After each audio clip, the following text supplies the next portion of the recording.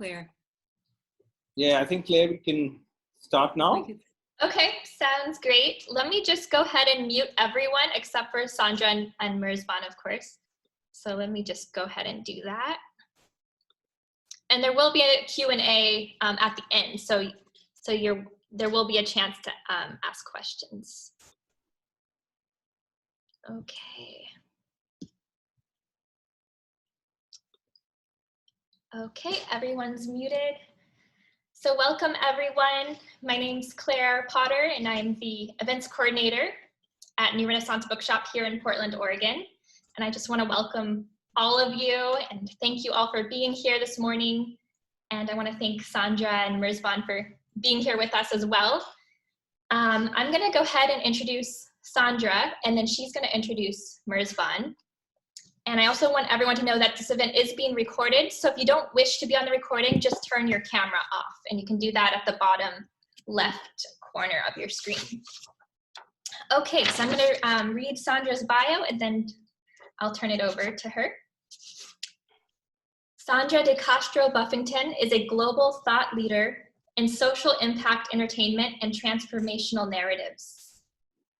To elevate consciousness and well-being, she has enabled Hollywood's creative community to integrate invaluable health and social justice content into top-grossing TV shows and films, developing as many as 565 storylines for 91 TV shows across 35 networks. In a career spanning over 3 decades, she has held key positions in this field. As the founder and president of Story Action, the founder and director of UCLA's Global Media Center for Social Impact, and as the director of USC's Hollywood Health and Society. For her work, Sandra was awarded Woman Entrepreneur of the Year by the World Film Institute, the honorary Maverick Award by the Female Eye Film Festival, and named one of the nation's 100 most influential Hispanics. Taking a global perspective to storytelling, Sandra works with creative communities in India, Brazil, and Egypt, among others, with Hollywood as the hub. On behalf of the United Nations, Sandra created the Conscious Media Award for the Cairo International Film Festival to recognize those exemplary films that entertain and awaken viewers to healthier, more conscious lives. To date, Sandra has worked in 50 countries to improve the lives of women, children, and families. An ardent Indophile, she makes time from her work to bring filmmakers and spiritual seekers to India on specially guided tours. In her home city of Los Angeles, Sandra serves as a devoted member of Paramahansa Yogananda's Self-Realization Fellowship and does voluntary work at his Lake Shrine Temple. And to her repertoire of commitments, Sandra has added yet another exciting role. She is the co-producer of an important new film, Brainwashed, which reveals how common cinematic shot design techniques disempower, fragment, and isolate women and girls. So welcome, Sandra. Thank you so much, Claire. It's just a warm welcome and beautiful introduction. I so appreciate it. And I'm delighted to join you and would like to welcome everyone here today to join me in entering the fascinating world author Murzban F. Shroff has created for us in his new book, Third Eye Rising. In the words of writer Bill Werbach, Murzban Shroff has invented a mythology for our time, simple stories that open like blooms and surprise us by singing, voices timeless and urgent and moving. Juno Diaz calls Third Eye Rising a splendid collection, beautifully crafted, full of dreams, fake marriages, and endless longing. Shroff is a captivating storyteller. And Madison Smart Bell says, Murzban Shroff's fiction is steeped in the most ancient of Indian folkways, and at the same time engaged with the various shocks of 21st century modernization. And now it is my pleasure to introduce the author to you. Murzban F. Shroff is a Mumbai-based writer. He has published his fiction with over 65 literary journals in the US and UK. His stories have appeared in journals such as the Gettysburg Review, the Minnesota Review, the Saturday Evening Post, Chicago Tribune, and World Literature Today. Shroff is the winner of the John Gilgan Fiction Award and has garnered 6 Pushcart Prize nominations, the highest award for the short story in the US. His short story collection, Breathless in Bombay, was shortlisted for the Commonwealth Writers' Prize in the Best Debut category from Europe and South Asia, and rated by The Guardian as among the 10 best Mumbai books. His novel, Waiting for Jonathan Koshy, was a finalist for the Horatio Nelson Fiction Prize and has been published in India and China. It will have a US release in spring-summer 2022. His third book, Fast Track Fiction, is a one-of-a-kind collection of literary nuggets for the digital reader. Shroff has represented Mumbai at the London Short Story Festival, the Irrawaddy Literary Festival in Myanmar, and the Emirates Airline Festival of Literature in Dubai. He was invited to speak about his work at the Gandhi Memorial Center in Bethesda, UCLA, California State Monterey Bay, UC Berkeley, and the Annenberg School for Communications and Journalism at USC. Third Eye Rising is Shroff's 4th book, born out of his travels to the villages of India. So welcome, Murzban. It is such a pleasure to see you. Thank you. I would like to start by honoring Murzban's country of origin, India, or Mother India, as many of us call it. India has long been the country of my heart. That makes me cry. It seriously touches my heart. Many years ago, I discovered the teachings of Paramahansa Yogananda, who came from India to the West to teach the scientific techniques of Kriya Yoga meditation. And one day, I received a directive to do my part to unite East and West. And taking that to heart, I began to travel to India on a regular basis, and it led to work with the creative community of India. So the study of India's ancient wisdom is a daily practice for me. And Murzban's new book, Third Eye Rising, focuses on 2 important aspects of India: family ties and spiritual faith. And not only are these important to India, they have become of utmost and urgent importance in our post-pandemic world. So Murzban, will you tell us about your journey to the villages that form the basis of your stories? How did they start? What did they reveal? And how did the visits sensitize you? So, Sandra, first, before we get into my journey, which is quite sort of serendipitous, but I'd like to just clarify that, Third Eye Rising is not the India it's not the India of malls and multiplexes. It's not the India of smartphones and 4-wheel drives. It's an India which is invisible to most people. It's an India unseen. It's an India which is dealing with issues such as caste, dowry, female exploitation, displacement, migrant identities, and personal loss. So, but the interesting thing is, how did I arrive at this? Me who was a city slicker, who for a major part of my life has lived in Mumbai, has enjoyed its nightlife, its cocktail circuit, has been a bit of an A-lister. So this whole transformation happened when I decided to get serious about writing.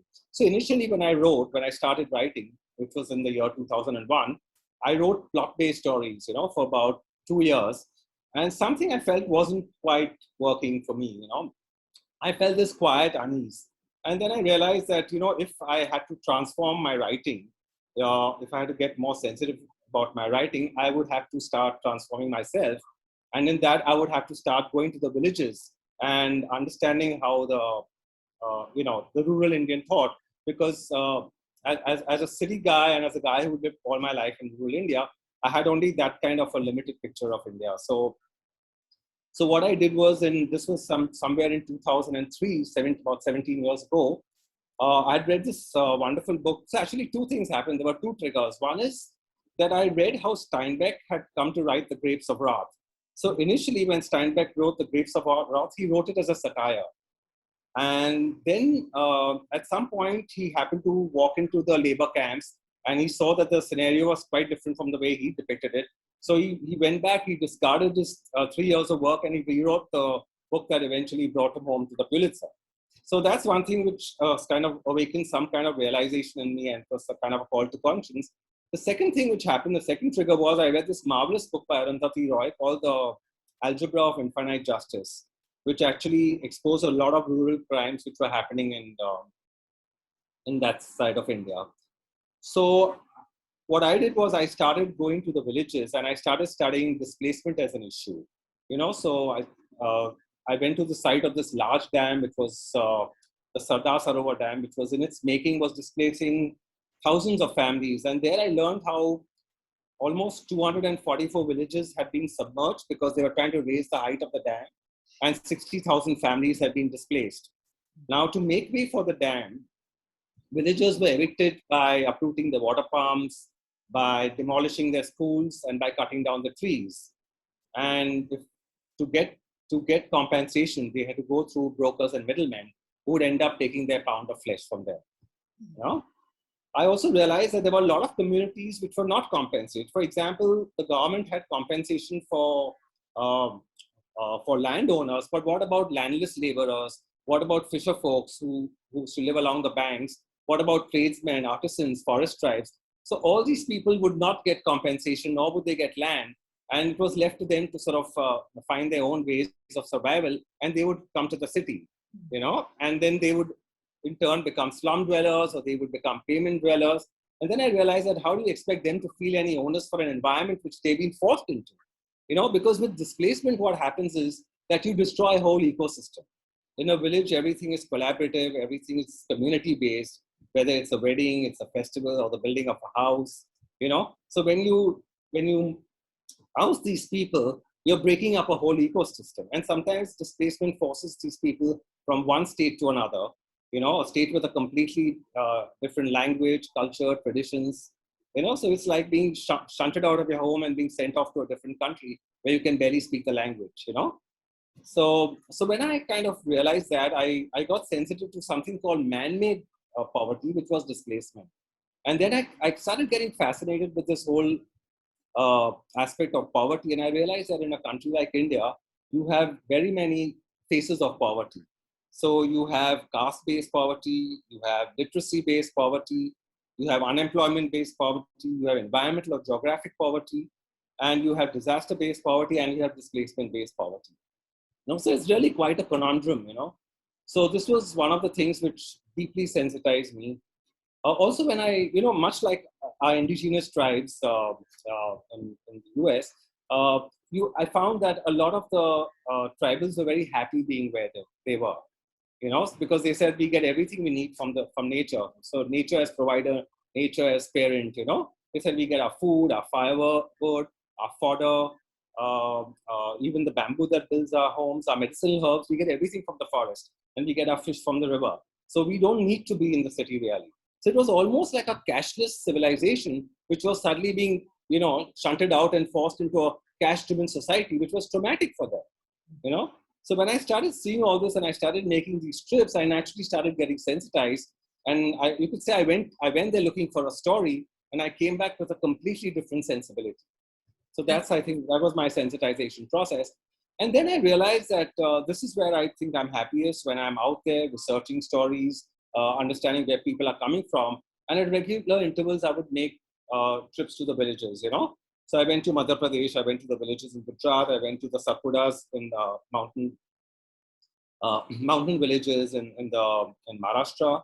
And then, of course, we did Bihar, as you know, over an extended period of time. So these were all experiences which kind of enriched and found their way into my writing. Not directly, because I'm not a nonfiction writer, but in a very subliminal sort of way where I could tell human interest stories. Right. Wow, that's, you're opening whole worlds as you describe these visits to the villages and the awareness you had on the different forms of poverty. And, it's interesting. I wonder if you could talk about your focus on women because this could be considered another form of poverty. Women who are strong and repressed at the same time. And how did you decide to work with characters such as Minalini in the title story and Galgatri in A Rather Strange Marriage? Can you talk about that a little?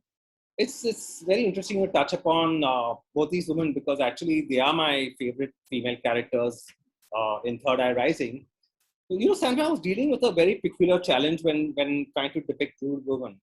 For example, when we were in Bihar on that educational trip, we met this very strong nun called Sister Sujata, if you remember. Yes. And and thanks to her, we could travel from village to village, and we could actually get a understanding of what was going on with the girl child. So, I mean, you probably remember that there were girl children like ages of 12, 14 who were married off. And there was this one particular morning, if you remember, where this girl child comes and she wants to tell us a story, but she's just choking out there, And then we kind of find out that she's actually been married off and she's very young, and and yet she was in school, but she was obviously going through her domestic issues, so she couldn't talk about that. So when I was trying to depict the condition and crisis of the rural woman, I had to show the situation as it existed with the exploitation, but yet I had to show a certain latent strength. And I found that one of the places where that strength could be coming from was in the sense of, in terms of Indian spirituality.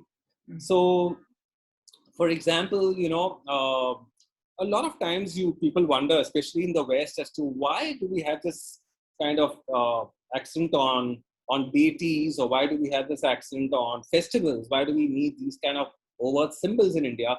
Because people, especially in the simple-minded rural folk, they don't understand spirituality in the abstract. They don't understand it is to do with the evolution of the soul, the self. So they need these kind of symbols. And therefore, with Minolini in Third Eye Rising, my title story, I wanted to show this young child bride. I would say child bride because she's around 18. She's very innocent. And she's got to suddenly prove her own fidelity to her in-laws, who are actually trying to hit her family for dowry, And where does Minolini get her strength? So Minolini is supposed to go through this thing called the Agni Pariksha, where she's supposed to take this burning vessel and walk. And if she drops the vessel, it means she's unchaste, she's had an affair, her fidelity is suspect, and then she gets thrown out. But if she walks through with the vessel, then she's clean and chaste, So at that point, and this is something I actually read in the Times of India about this girl being forced into Agni Pariksha. And then I thought, let me get into this woman's mindset and see where she would go with this test and where would she get her strength from. And I thought she would get the strength from the story between Shiva and Sati, right, where Sati too had taken up for Shiva, and that happened to be her favorite childhood story. So while she's walking with this vessel, she kind of recollects that story and she gets the strength. Mm-hmm. Now, the interesting thing is that she cannot directly oppose her in-laws, the whole, the family being the way it is, very patriarchal and very sort of dominant. But she, in her own quiet way, ends up empowering her husband, who's fundamentally a whim. And her husband is as much a victim as she is, because he's under the kind of shadow of his bullying father. But seeing what his wife is going through, he gets the strength and the power to finally rebel against his father and the patriarchy in the house. The whole insidious setup that is very exploitative towards a new bride. So I thought this way Minolini imparts strength through her strength of character, and I think that is a kind of rather unique way of dealing with this whole female exploitation. That purely by example she leads, and purely by example she imparts. That was such a beautiful story. It was very powerful for me. Thank you. Thank you. I hope everybody has a chance to read that. I'm going to ask you now if you would do us the honor of reading, let's say from Bhikkhu Badshah's Poison. Sandra, I would actually, since we just touched upon the Minolini story, maybe I could read a little bit of the Minolini story, okay, and then go into Bhikkhu Badshah's Poison. Okay, that sounds good.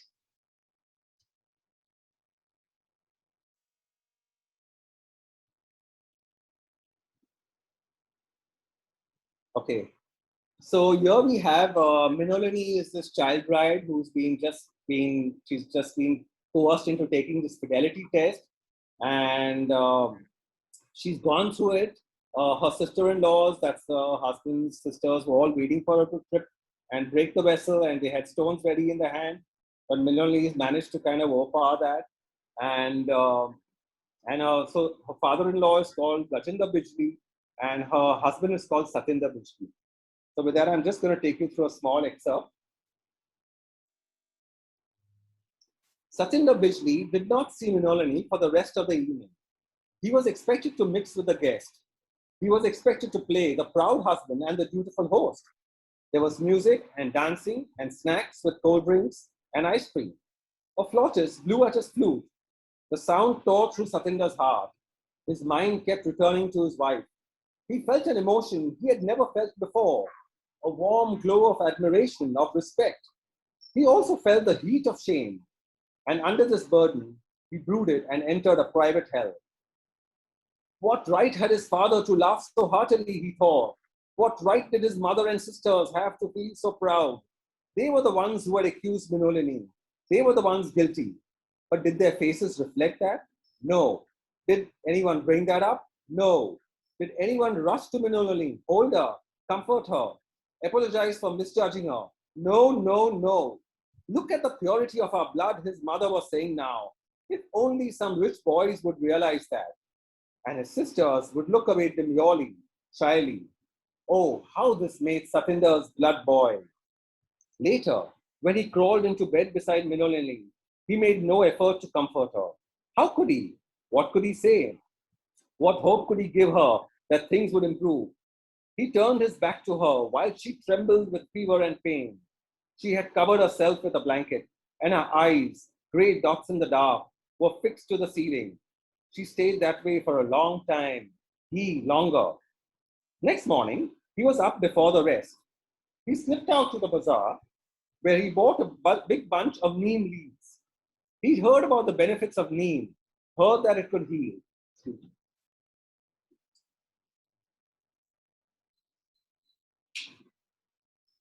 He had heard about the benefits of neem, heard that it could heal. By the time he returned, Minolinee was up and busy in the kitchen. A vessel boiled, and from it came the aroma of fresh tea. Satinder stood at the door, watching her struggle, trying to lift the vessel from the stove. She had wrapped a cloth round her wrist and was trying to lift the vessel with the back of her hands. The vessel tilted dangerously. The tea threatened to spill over. In 2 quick strides, he was beside her. Gently, he admonished her. What is the need? Am I not here for you? He took the vessel and looked into her eyes. They appeared frightened and remote. Holding her by her shoulder, he drew her against his chest. God, how he would miss the touch of her small light fingers. Now they were bruised, damaged stumps suspended in midair. Once again, Satinder felt anger. A flame of hatred leapt within him. His wife was his and his alone. How dare they decide about her? How dare they doubt her? How dare they force her into public exhibition and torture? For the first time in his life, Satinder felt stronger than his father, stronger than his mother, stronger than the garrulous unity of his sisters. He muffled a sob, and against the small reclining head of Minolinee, he went crazy. He kissed it frantically, as though to rid himself of the guilt, as though to make his love abundantly clear. He wanted her to know he wasn't a part of it. He wasn't the judge nor the prosecutor. He always knew how true she was. Mm. So this is basically what I mean by transference of power, where, Minolinee, by sheer example, transfers the power and empowers Satinder to kind of find himself, and through her love, she kind of allows him to come into himself. That's so powerful, Murzban. I'm wondering, how you envisioned her as she went through this torture experience. Was she in a transcendent state? Was it a kind of a mystical transcendence for her? What gives someone the power and strength to transcend in the way she did? So I think it was basically the childhood stories that her own father had told about Shiva and Sati. And so the story of Shiva and Sati, which I actually like my readers to read in the book, it's really a very touching story, And Shiva being the god of arts and, being the god of the dark arts, I would say, kind of thing. And, and being a bohemian, being a hippie. And so he had this very kind of hippie-like love for his wife. I mean, he didn't want to get together with Sati, but when he finally did, he kind of completely committed himself to her. So I thought that was a very beautiful, idealistic kind of a story. And Minolini had grown up on that. And that was what she drew on to get that strength, So. Incredible. Well, thank you. Thank you for that. And similarly, in this other story called A Rather Strange Marriage, where you have a whole village uniting to kind of virtually sell off a young girl who's kind of mentally disturbed. So they try and want to sell her off to these landowners. So at that point, the village headman's wife takes up for her, So again, here was a strong woman who kind of comes and she gives her a way out, So I think this is just... Read a bit of that for us. Sorry? Would you read? That. I think I'd rather move on to Bhikkhu Badshah's poison now because... Okay. Yeah. All right. So you asked me about Bhikkhu Badshah's poison, and that's again a very important story in this collection. I'm rather proud of it because it got published first by this wonderful journal in the US called J Journal. And in fact, I think Adam, who's one of the editors, is there. It's the City College of New York, their College of Justice and Legal Affairs, And they do these very issue-based stories. So I was very proud to have my story appear there. Because Bhikkhu Badshah's poison again came out of deep experience. So let me tell you how it came about. It's a very layered story, and this was sometime in 2017. I used to visit, I was very kind of fascinated about what was the state of schools public schools in India, So even when we were in Bihar, I would kind of look at the schooling system there, what were the kind of aspects of schooling which needed to be addressed. And likewise, when I came to Mumbai and I started going to public schools on the east side of Mumbai, I discovered that there was one school which was built on top of a public urinal. So, the students, especially the girl students, had to pass men who were crouched over the urinal and they had to, on their way up. I also discovered that there were schools where there was construction work going on and the kids were kind of forced into narrow corridors without fans, without lights, without ventilation. And it was kind of crazy. There was no blackboard, so there was just a part of the wall which was painted black and teachers were writing on it. And like fourth standard would be taught and next to it would be the sixth standard. So there was an overlap and there was this complete cacophony going on, And much to my horror, I also discovered that there were teachers were peeling vegetables in class, principals were absent, and teachers would send students out on errands. So they would send these kids out to, get them a cup of chai or a cup of coffee, or they would get them to go and repair their footwear, which would have broken whilst coming in the trains, even to buy the evening groceries, which the teachers could take back home with them. So the kids were being treated as menials. And then I kind of hung around seeing how they were being taught, and I discovered that even in schools that were English medium, these public schools that were English medium, they were still being taught, the kids were still being taught in the local language, which was Hindi or Marathi, So then it was not surprising when I went and started looking at statistics, it was not surprising that 50% of grade 5 students in government schools in Mumbai, or I would say in India, were unable to read a grade 2 textbook, and that 50% of them would drop out by the time they reached grade 9.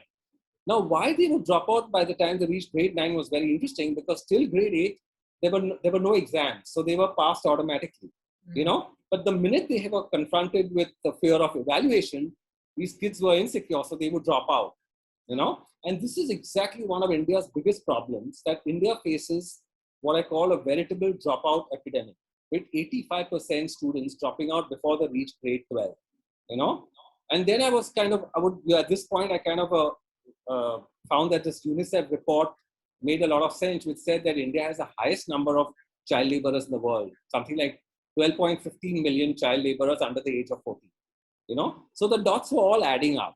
So when I found this, when I saw this, I said, I could understand why a lot of migrant workers in Mumbai would prefer, to send their kids to a private school and not to a public school, you know. And then I started playing around with this character, Bhikkhu Bacha, who was a migrant from Bihar, and he was trying to escape his caste. He was of a low caste. So when he comes to the city, he's got this great opportunity to don a new identity because, Mumbai as a city has no patience with caste structures. Everyone's too busy earning and making their mark, right? Just surviving. So here, Bhikkhu had this great opportunity to redefine himself. And naturally, he wanted to give his son a private school education, So to what lengths would he go to procure that education for his child? Because he didn't want his child to go through that. Also in public schools in Bihar, the situation was appalling, right? There were no fans, no doors, no drinking water for kids, and there were no separate toilet for girls. So he had those images in his head, the shadow of his caste haunting him. So he wanted to give his son the best. And to what extent would he go for that? So I think with that, with that little introduction, I'm going to get into Bhikkhu Bacha's poison,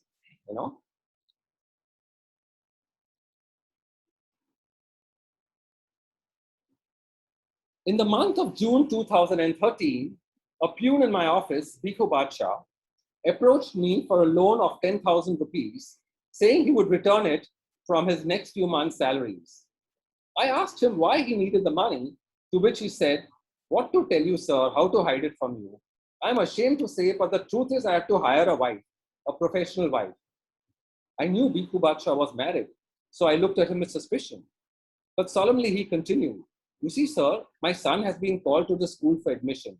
It is a private school, a very good school, not like the municipal schools in Mumbai where the teachers don't come and the children fall sick from eating the midday meal. No, sir, here they teach well and they get good results. And my boy has been lucky to have been called for an interview. But the school management wants to meet his parents and they want to make sure that both parents are educated. Now you know, sir, that my wife is illiterate. She can barely read or write, can't even sign her name in English. So I have to hire someone to pose as my wife. And there is this woman who does this on a regular basis. She's a very good actress, has done 1 or 2 TV serials, but she's expensive and charges heavily, that too all in advance, which is okay, sir, because she guarantees results. Morally speaking, I was bound to advise Bhikkhu against the consequences of impersonation. But seeing his face, I realized how important this might be for him. The fact that his son gets a good education and rises above his origins. Besides, Bhikkhu was a good worker, efficient and reliable. So I consented to the loan, posing only to ask him how his wife felt about the charade. Was she upset, insecure, hurt, peeved? I asked. "Oh no, sir. She was the one who suggested it," he said. "She said we mustn't take chances with our boy's future. We must do all we can to help him. After all, we don't want him to be like us, struggling to make ends meet." His voice rose. "And this is not the only kharcha we have. There's another big expense, 20,000 rupees for the admission, for which I borrowed from my colleagues. It'll take me 2 years to pay back this amount, maybe longer, but I don't mind. At least my son won't have to face what I have." Being short on time and busy, I did not ask him what he had faced. All I said was, "Don't worry about paying me back, Bhikkhu Bacha. You just concentrate on getting your son the admission. The office will bear the expense. But don't whisper a word of this to the other peons. We don't want them asking for loans and advances. That will set a bad precedent." He stood over my desk. He stood over my desk, fingers entwined, mumbling his thanks till I waved him off, saying the amount was a reward for his good work, and that if he really wanted to repay me, he should continue working the way he did. I'm now going to move on to another section, where we travel to Bihar. On 16 July 2013, 23 children of the Gandaban Primary School in Saran district, Bihar, were poisoned by a midday meal and died. The Forensic Science Laboratory confirmed the presence of monocrotophos, a phosphorus-based pesticide that was lethal for birds, animals, and humans.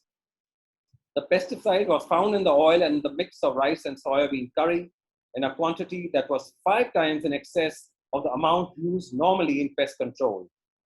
An investigation revealed that the oil was stored at the house of the school principal and that had been brought from there. Prior to the meal being served, the school cook, Manju Devi, had drawn the principal's attention to the suspicious appearance of the curry. And the kids too had complained of a foul smell in the food. But the principal had refused to listen and insisted the children eat their meal. Within 5 minutes of eating, the children began to vomit uncontrollably and doubled up with pain. Foaming at the mouth, they had to be rushed to the nearest government hospitals on motorcycles. There was no ambulance and no doctors, and 16 of the children had died in their parents' arms.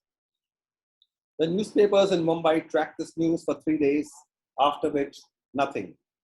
During this time, I thought of Bhikhu Badshah on leave on his annual vacation to his village in Bihar. No wonder he did not want to place his son in a government school, I thought, with a shudder. Now we move to Bihar. Bhikkhu's come to Bihar riding a motorcycle. The motorcycle man, so this what I just read, the last section was actually fact. So I play between fact and fiction to drive home this point of a migrant worker's dilemma. The motorcycle man felt the child's breath on his back, then a hiccup like a lurching, and something lurched in his heart too. Was it that he was riding too fast? Was it that his hands were sweaty, his grip unsteady? Or was it that the burden of caste had caught up with him again? Today, no one remembered the caste he came from. The carrier of the dead sought in all matters of the dead. And he himself had fled to the city only to shed that, to forget where he came from. Wasn't the motorcycle evidence of that? That and the way he rode it, proud and upright, making it a point to wave to people he knew and those he didn't. In the city, he rode a bicycle or he took a bus. It would be madness not to. The traffic was such, heavy and chaotic. There in the city, no one would notice him. No one would stop and look at him questioningly. No one would remember how he had started, how hard he had worked to raise himself out of his origins. The city was too busy to care about caste, birth, and the burden of karma. As long as you could survive, as long as you could meet your cost of living, you were fine. That was the unspoken law of the city. But here in the village, he was somebody, Bhikhu Badshah, the man who had made it in the city, the man who had made his family proud. When he stepped off the train coming home, he had worn a suit and dark glasses. He carried gifts in his hands and unloaded so many bags, like a man who had attached wealth to his name. He said he had his own shanty in Mumbai, for which he was paying 4,000 rupees a month. And now he was planning to send his boy to a private school. How many men from his village did that? Oh, how many? And apart from all that, he owned a motorcycle, which he kept parked in a cowshed. And on this, he gave the village children a ride whenever he came home. The motorcycle was his pride. It roared like a lion and flew like a horse, and in his hands it became a toy. It did whatever he wanted it to. On one such ride, he had been flagged down. Oh, stop, brother, stop. Stop and help, please. Our children are dying. They have been poisoned. Poisoned by those whom we trusted, the school where they studied. Stop, brother, please. Thank you for your kindness. Can you take this child, please, to the government hospital? My nephew Arvind will accompany you, and he'll explain to the doctors how this all happened, this terrible tragedy. But please, brother, don't ask for explanations now. There is no time to lose, no time at all. And now Bhikhu Badshah wondered whether the body slumped against his back was that of a girl who had once run through the fields, chasing birds and butterflies. A girl who would help her mother make chapatis, her sisters draw rangoli patterns at their doorstep, who would feed cows and goats and whisper to them her sweet little secrets, who would have endless questions for her grandmother and be fearful of her father, of his long dark silences. He wondered whether the soft little head bobbing against his back had any life in it, and whether the increasing dampness on his shirt was that of saliva or of blood or of poison. And he opened throttle and tore into the wind as though escaping the shadow of death, the thought of being taken for a carrier of doom once again. Mm. So this was the whole thing that, Bhikhu comes back to his village, as a man of success, and he's forced back into being a carrier of doom, So his caste catches up with him. So the whole question of, can you really get away from what your destiny is? And this is what I thought with Third Eye Rising. The really important thing was the whole responsibility of interpreting other people's destinies, And my whole realization was that there is really no point being in a country like India if you're not conscious of the other. Because the other is what reminds you of what has been delivered to you and what is denied to the others. So therefore, these whole inequities in diversity, which I call the neurodiversity of India, Say that again, Murzban. You call it the whole inequities of diversity, which I call as the neurodiversity of India. It's kind of very fashionable to talk about the diversity, but there are such tremendous inequities, Yes. For example, the fact that, 800 million Indians live on less than $3 a day, while, the top 10% actually hold 75% of the nation's wealth, So that's the kind of neurodiversity we're talking about.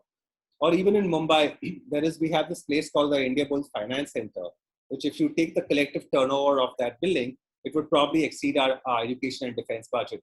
And just right outside that, there is a little sort of overpass under which there is a slum, and you often find girl children going out and getting water, walking 1.5 kilometers, 2 kilometers. So obviously they're not being sent to school. So this whole diversity, which as a writer, I'm constantly aware of, this whole inequities which we are dealing with, And I thought it's my role to make the people who get onto the overpass stop and see that, this is what the situation is. So that was the whole motivation. It is such a powerful story, Murzban, and your writing is just incredible and nuanced. And I just hope everybody here gets a chance to read it. Thank you very much. I'm looking at the time. I would love for you to read from one more story. Okay. Then we'll open it up for Q&A. Excellent. What would you like to read from? I think I'll read from a story of mine called The Floating Tomb.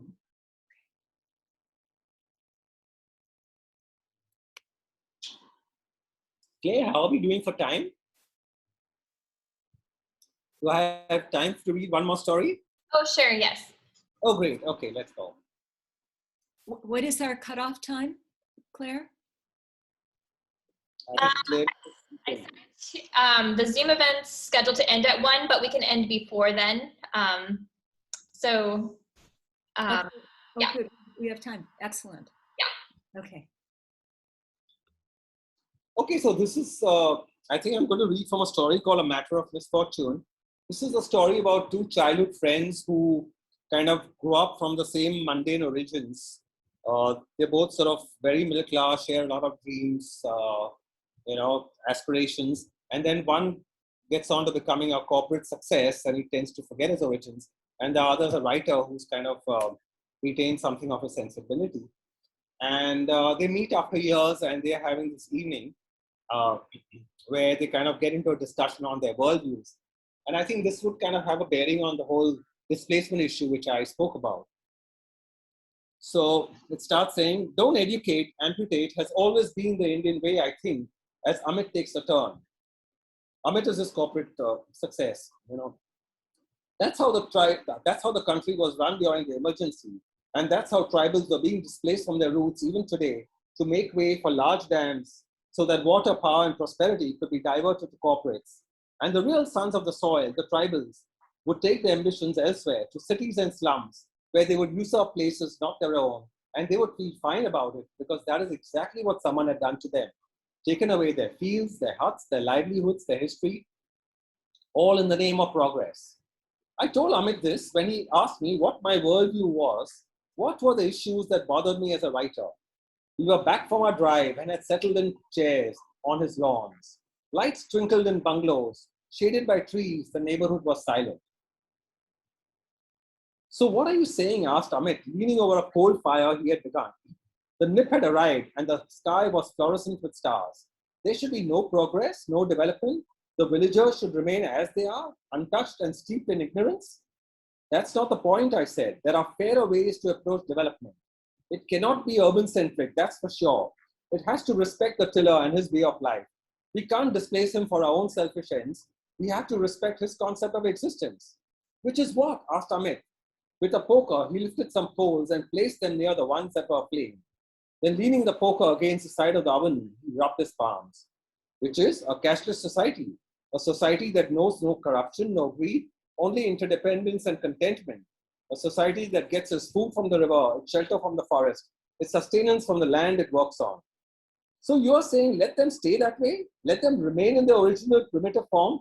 But isn't that selfish? Isn't that a denial of evolution? I took a deep breath. I had been down this road before.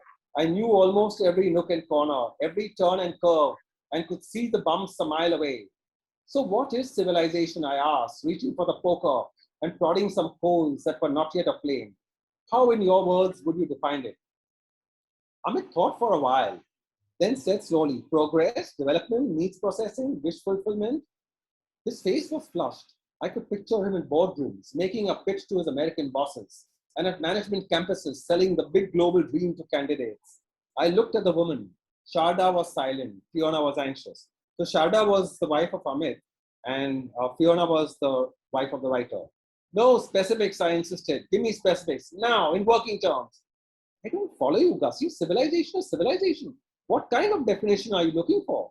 He looked bewildered. A scowl appeared on his face. I smiled. Just the kind you see around you. Congested slums, choke cutters, water shortages, lethal pollution, growing crime, growing greed, land grabbing, encroachments, a buck here, a buck there, no end in sight.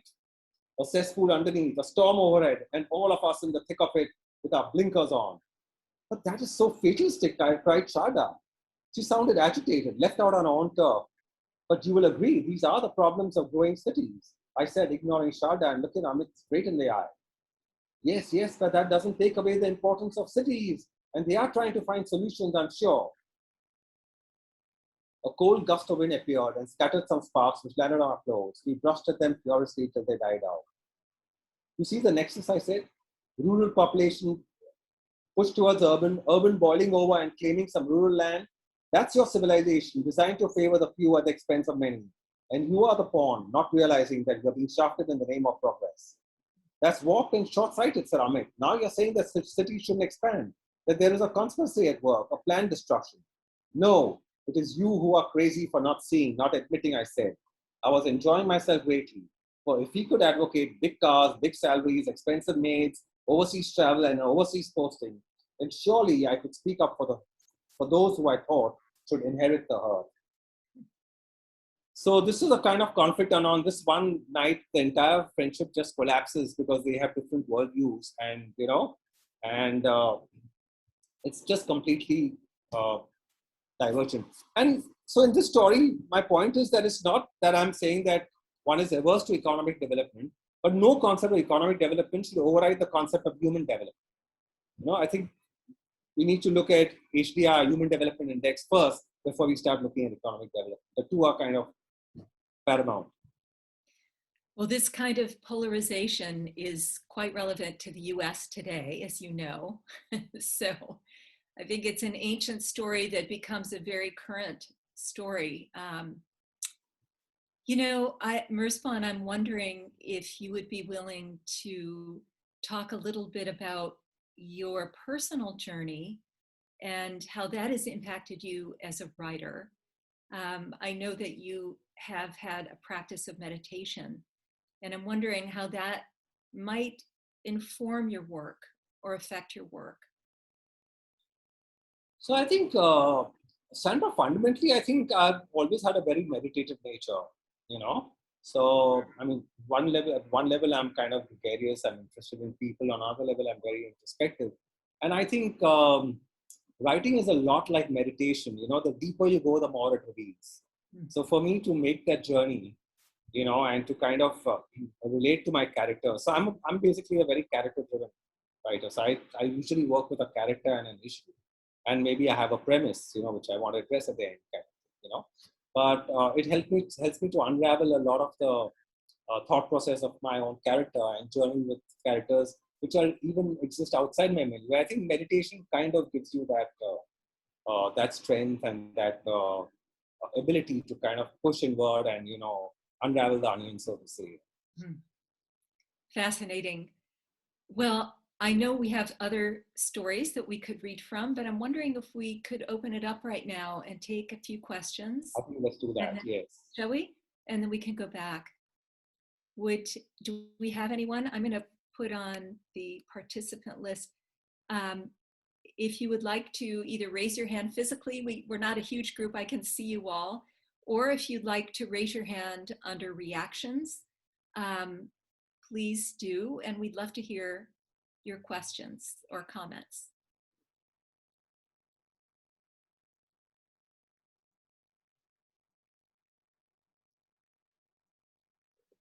I just got unmuted, but I'm not sure if I was being called on. You're called on, Robert. Thanks. Robert, good to see you, yeah? Yeah, nice to see you, Murzban. Greetings from Brooklyn. It's rainy here, but feels sunny seeing you. Okay. I'm curious, actually. You were just talking about being a character-driven writer, and I was thinking about Pirandello, who set aside a specific amount of time each week just to develop characters. And his play, Six Characters in Search of an Author. Got some interference here. Sorry, we have some Okay. audio distortion. Yeah. Could you Think come we're again with that, Mama? I think it's okay now. And I was saying Pirandello's play, Six Characters in Search of an Author, came out of the fact that he had developed these characters that he loved, but he had no story for them.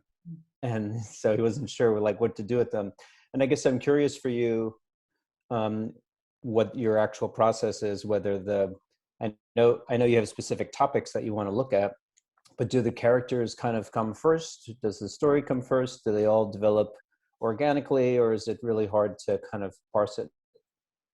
So, I mean, for me, there are two kinds of writing, So there is writing which is outside my milieu, where which calls for a lot of labor, it calls for a lot of research, it calls for kind of spending time with my characters and trying to figure out where they're coming from.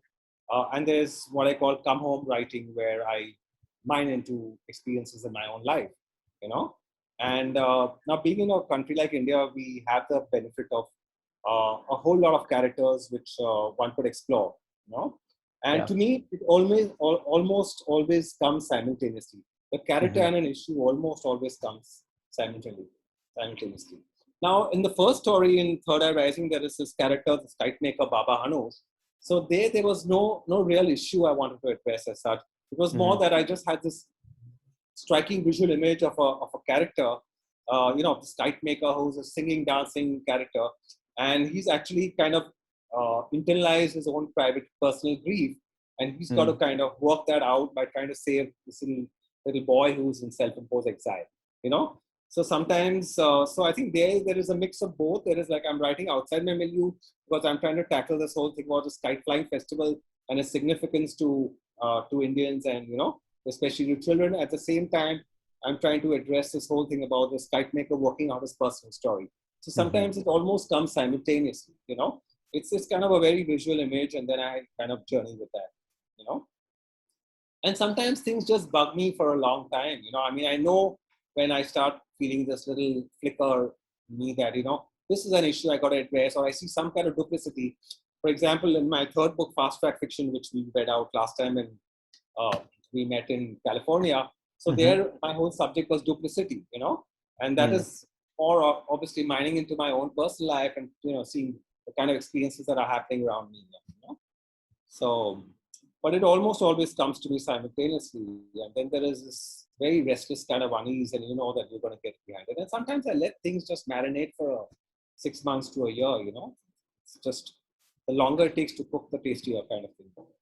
I could see them coming sort of all at what, all together for you, because the characters are very well-rounded and the issues at stake really seem to impinge on who they are very strongly. So it makes sense. Yeah. Right. Thanks.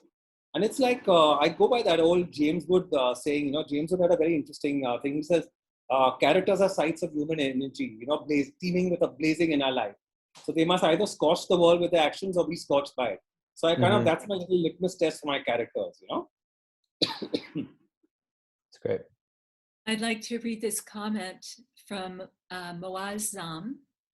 Your stories exhibit a collective consciousness. They are not restricted to Parsi life. Do you feel other writers in India ignore your community in English fiction? Sorry, Sandra, could you come again with that, please? Okay, you can see it in the chat, Murzban. Yes, okay. You put up your So story. Message and say you want to speak. Okay, well, maybe he'd like to say it. Your stories exhibit a collective consciousness. They are not restricted to Parsi life. Do you feel other writers in India ignore your community in English fiction? No, we are too small. As a Parsi, I can say we are too small and too privileged, too kind of pampered by other communities to be ignored. And besides, we've got great writers in the Zoroastrian community. There are writers like Rohinton Mistry, Ano Shirani, who've done spectacular work. So there is no way we are kind of ignored. We've given a lot of importance, So He says, I met non-Parsi I authors. don't think non-Parsi, sorry, Mozam has just written, non-Parsi authors. Not particularly, I wouldn't say that, no. No, I don't think we are an ignored community. I think we are very much in the eye of a storm, considering our dwindling numbers. And personally, I don't see myself as a Parsi writer. I've always, so there may be certain aspects of my religion and my community that I bring to my writing, but I definitely see myself as a pan-Indian writer and, attempting to understand the other. Yes? Okay, would somebody else like to ask a question, Aban? I think Aban's representing her sister-in-law. Okay, Her sister, sorry, yeah. would you like? Okay, go Hi, ahead. Murzban. Hi guys. Hi, we're all here together at Parviz and Feroz's place. Hey, buddy. Hi. How are you? My question is, in the main story, Third Eye Rising, Yes. you have managed to, as you always do, see or write or feel from a very sensitive point, sensitive to women. And I almost feel like a woman is writing this instead of a man. And where does this sensitivity of yours come from? Well, I hope I spend enough time with women to kind of, but that would be a confession, wouldn't it? But no, I think it stems from the fact that I've had the privilege of having some very strong women in my life, and also a very strong mother figure who's kind of been a real anchor, who's literally been the strength behind my writing. So that could be one part of it. But otherwise, I just think that it's just something which comes naturally to me. In fact, just last week I took a masterclass at Berkeley on the short story. I taught one of my short stories, Traffic. And this was played back, this exact sentiment that you're expressing was played back by a lot of the female students. So I felt quite good that if I could make that leap, successfully, and maybe it's the feminine aspect in me, So maybe it's just that, or maybe it's just that I feel that women need to have a voice or need to be understood more clearly, kind of thing. Thank you. Thanks. Go ahead. It's very interesting because there is a huge discussion going on in Hollywood right now about the male gaze, which has been dominant, and the way it casts women as objects, and the female gaze, which casts women as subjects of their own lives. And I feel that you're able to do that, Murzban, that you're able to write a female character who is actually the subject of her life, not just the object, while the man is the subject. And so kudos to you, because it's a very difficult thing, I think, to do. And I like to think that we all have a masculine and feminine aspect to us, and that people who are most balanced actually are in touch with both. And so I honor you for that. There again, we come to Shiva, right? I mean, it's the balance of polarities, the coexistence of polarities, which is the Ardhanarishwa concept, the man and the female kind of thing. We have a comment from Julie Brickman. She says, your stories always strike me as both character and issue driven, deeply intimate and yet universal. How do you think you achieve this balance? So Julie, I think that's where the reworks come in, revisiting the story and kind of doing as many as 25, 30 retakes on each story, sharpening it on all aspects and seeing whether the message is coming out. And for example, I remember there were some earlier stories of mine which were kind of plot driven, and then I realized that though they were more impactful, and they worked better in terms of achieving resolution, I realized they were not so effective when it came to getting across the message.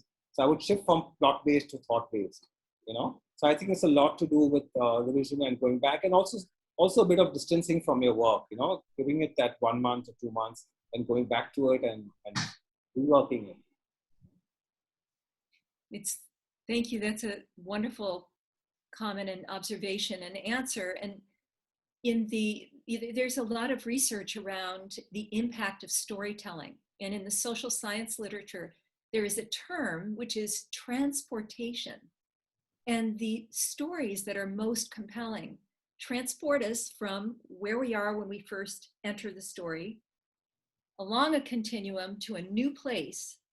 And the stories that are character and issue driven together are those that make us identify so strongly that we come to see the characters as beloved family or friends, and we care deeply what happens to them. We don't want the story to end. And it takes us into a state of suspension of disbelief. And that's what you're able to do, Murzban. And what the research shows is that when we're transported into that suspension of disbelief, we have the highest knowledge gains, the biggest changes in attitude, and the greatest changes in behavior or behavioral intention. So this character-driven, it draws us in and makes us believers in that world. It's going to have a lot more impact on us around the issue than finger wagging. So you managed to strike this very powerful balance. So I think, Sandra, developing the characters is usually a matter of skill, but soaking yourself in the issues is of great importance, you know, and seeing and going back to the story and seeing whether it's doing justice to the issue, and whether you do end up creating. So one of the advantages of working in the short story form, unlike a novel, is that a short story has a certain kind of compact elegance, and it has a certain narrative drive. So it ends up, it can sort of take you on a journey of the soul and end up awakening empathy, you know, rather than just capturing a slice of life or a situation. It can actually end up creating empathy. Beautiful. Well, here we have from Sri Craven. In globalized India, there is the perception that the tech-driven classes don't care about literature anymore, or that Bollywood and film in general are the key forms of entertainment. Yet India also has one of the largest readerships in the world. Could you tell us about what you're noticing in India about attitudes toward literature? So undoubtedly, the Indian publishing scene is growing exponentially, but it's a certain kind of work which finds placement. You know, for example, works around mythology, or works around the prescriptive kind of writing. You know, the self-improvement books. Also, a lot of Bollywood-driven plots. So, things which can lend themselves naturally to web series. So there are certain kinds of writing which are kind of growing and finding its place among readers. So I'm really not too sure that literary fiction or literary works are getting a great deal of attention from the Indian audiences. I think, in fact, we tend to be a little sloppy in the way we are evaluating work, and it's very kind of Bollywood driven. It's very mythology driven, and it's very sort of self-improvement driven. I think we can do a lot more, because actually India is really the story capital of the world, and I feel there are such great stories waiting to be told. And like Sandra says, these can be transformational narratives actually. So it's a shame that sometimes you need the West to come in and do a take, and for example, to do a film on, say, like Gandhi, and show us what real greatness was. Sri Craven says, indeed, thank you, Murzban. So, would anyone else like to ask a question, make a comment?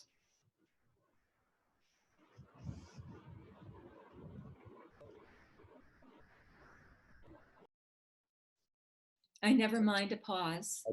Have you fulfilled all curiosities for the? I see a hand up there. Okay. If you would like to unmute, please do. Thank you. Okay. Hi, this is Aban again. Murzban, lately we've become fans of these short 20 or 30-minute short movies from India, which are very issue-based and current issue-based. And I was thinking that, and they're exactly the right size, you know, that you don't have to wait for a whole movie, but they're very well done. And I was thinking, what about your stories? That would be a pleasant turn of events, but you know, I'm afraid I'm not one of those writers who kind of compulsively try and market my stories, you know. So I'm not really great at that. But if it gets picked up, you know, I'll say that, you know, God has heard you somewhere. But I'm just grateful something like that happens, because you know it would allow my work to survive for that much longer. So, but I'm fundamentally a very text-driven writer, you know. No, I mean, Visual. if someone picks up your story, that's what I meant. Oh, I'll be happy to. I'll be happy to. Yeah, Anything because which we've keeps seen some really good ones. the poor book alive and kicking, you know. Mhm. So Yeah, okay, thank you. Thank you. It's a wonderful trajectory to think about. Well, Murzban, would you like to read one more excerpt, and then we can go from sure. Okay. Are we doing okay for time? Do we have that luxury? Yeah, you can do that. Yeah. Oh, great. Okay. Thanks. Sweet. So this is a story called The Floating Tomb. It's about a man. He's a bit of a bigot, actually, a bigoted Hindu, and he's had a terribly dysfunctional family life, and he's just sort of cremated his wife and come home, and for the first time he's left free to kind of understand his own soul's journey and his own journey, and he actually gets his moment of realization by looking at a mask. So it's a kind of an interesting trajectory. Home without her, the walls reminded him of his own life, the paint clinging to the plaster by a thread, holding on like he had all those years. There was no heaviness in his heart, no guilt. The mourning had begun years ago, privately, inwardly, and over the years it has increased. But today he had come home to a new freedom. There was no one to berate him, no one to accuse him. He was not used to this silence, this feeling of singular peace. There were 3 of them in his family, his wife and their 2 daughters.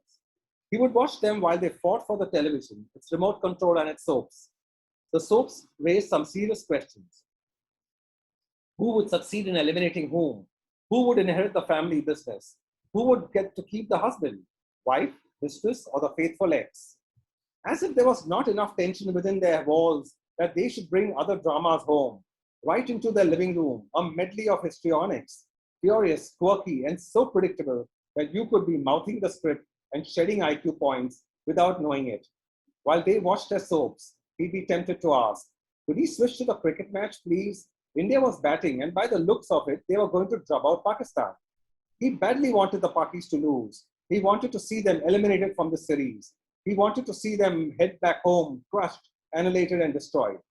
But ask and the bat would fall. He knew what they would say. Why can't you get another television for the bedroom? Why can't you lose in your pockets? Why must you be such a conjuice? And for a moment, he would wonder, was he a conjuice, a miser? Was he denying them the right to a better life, some nicer comforts? He would look around and think not. He was putting 3 meals on the table. He was clothing them, educating them, paying the housing society bills, the electricity bills, the phone bills. How then could they accuse him of being a miser? Times were tough. Age was against him. He wished he had kept his job. He wished he hadn't opted for voluntary retirement. At least that would have kept him out. Not out as in out of the woods. Yes, that too. But as in out of the house, away from their complaints. His daughters had fashioned themselves after their mother. How to blame them? She had invited them to witness their fights and to listen to her when she had wept out her regrets later. Listening, they would draw their own conclusions. Daddy always makes mommy cry. Daddy always says no. Daddy always bangs the door and leaves. If Daddy loved them, he would have kept his job or taken a better one. He'd have taken them for holidays overseas bought them surprises like other daddies did. But daddy didn't care. He had excuses for everything, including himself. He couldn't understand why they needed things like a flat screen television, the latest iPhone, and tickets to movies and costly multiplex theaters. He couldn't figure out why they wanted to shop at designer stores when there was savings to be had by shopping up the streets at Fashion Street and Lincoln Road, or why they wanted to travel by cabs when Mumbai had the best public transport in the world. By the time they joined college, they had an endless wish list. China's father has bought her a bike and he's promised to take her promised her a car for her next birthday. Pash is going to London this summer. Her father said the exposure will do her good. Sanaya is having a holiday, her birthday at Meccano's. She's getting a disc jockey all the way from Goa. Ria is starting jazz ballet classes. Why can't we as well? His wife would add, you'll be lucky if your father can see you through college, if he can pay your tuition fees on time. I dread the day when I have to ask your Nanaji for help, and that day is not far off, I tell you. It's just our luck we've got a man who can't take us for holidays or to good restaurants, whose hand freezes each time he has to spend. When you say things like that, compare him to other men, other fathers, he would hold his breath and swallow his last bit of man pride. He would keep his eyes frozen on the newspaper, that last noble barricade in the war of the sexes. So here was a man who was completely kind of in this extremely non-understanding and extremely kind of, I would say, tormented family life.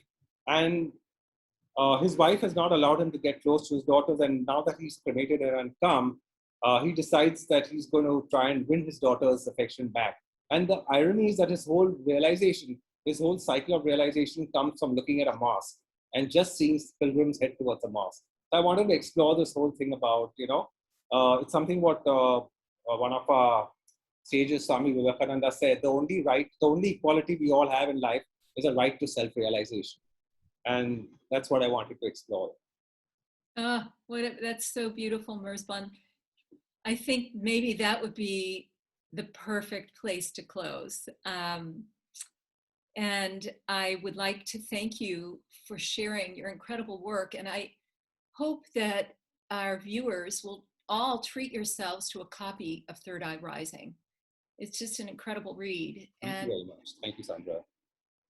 In closing, I would actually like to invite all of us to join in celebrating the importance of uniting East and West through America and India's spiritual ties, as established by Paramahansa Yogananda and Swami Vivekananda. And through their teachings, they are helping people worldwide realize and express the beauty, nobility, and divinity of the human spirit. With that, I'd like to thank you, Murzban. Sandra, I just beautifully said, and I just want to compliment this with a wonderful saying by Swami Vivekananda, where he talks about the marriage between the East and West, and especially between America and India at the World Congress of Religions. He says, by preaching the profound secrets of the Hindu religion in the Western world, we shall attract the sympathy and regard of these mighty nations, maintaining forever the position of their teacher in spiritual matters, and they will remain our teachers in all material concerns. Yeah, beautiful. That's the uniting of the East and West. Thank you. And Claire, thank you so much for having us today. Thank you. This was fabulous. Thank you, Murzban, for sharing. And thank you to both of you for using your voices and your platforms to bring light to the unseen and to the unseen injustices in our world. And because you both do that. On my part, I'm particularly grateful to you for setting this up. I mean, the fact that we were total strangers before this whole thing came up, and the way you just coordinated and facilitated this whole thing. And thanks a lot. I mean, this is really wonderful, and that's the beauty about literature. It really shrinks our world, and kind of helps us to build bridges where none existed. Sandra, thanks a ton. I mean, of course, we are looking forward to seeing you in India and likewise meeting up in LA. So thanks a ton for this. I don't think I could have had a better co-panelist for this particular book. I was very keen that Sandra weighs in on this. And thanks, Claire. And thanks to our lovely audience for making time on a Sunday afternoon. I don't know whether I would have done that, but regardless, thank you very much, guys. It's an honor, Murzban. Thanks so much. Love to all. Thanks, Murzban. Bye. Thanks, Robert. Thanks for coming. Thanks, guys. Thanks, God.